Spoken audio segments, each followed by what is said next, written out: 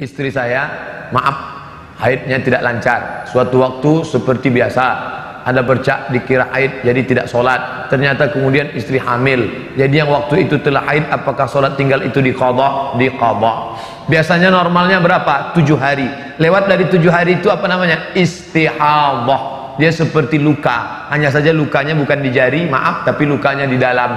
Maka orang yang istihadhah, cara mencari tulisan istihadhah, buka Google, Somat Moroko istihadhah. Bukan berarti somat sedang istihadhah. Maksudnya somat Moroko sedang menulis. Kenapa Ustadz di ujungnya mesti Moroko? Karena kalau ditulis sekedar somat, enter, yang keluar Bang Somat sinetron.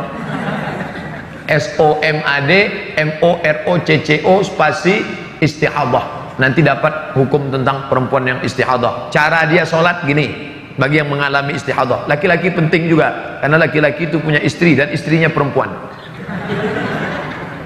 Mas, aku begini-begini, gimana nih? Mau nanya Ustadz, malu. Suami mesti bisa menjelaskan. Engkau sedang mengalami istihadhah, Adinda. Lalu penyelesaiannya, inilah yang jadi masalah. Aku nggak pula ingat. Kalau mengalami istihadhah, nunggu azan.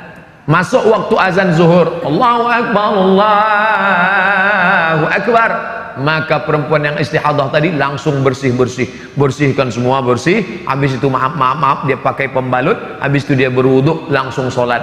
Andai menetes saat sholat, ma'fu anhu.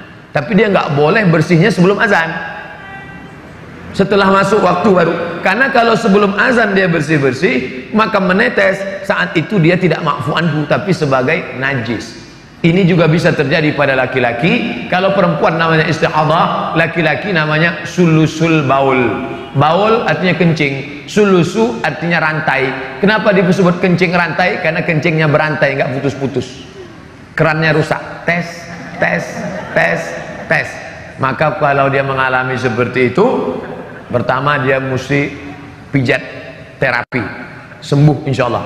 Minum obat. Kalau tidak juga dalam merasa penyembuhan pengobatan, maka caranya dia setelah azan masuk waktu sholat, dia pergi ke kamar mandi, bersih, dia pakai apa namanya, setelah dia balut, dia ikat, terserah. Habis itu dia sholat.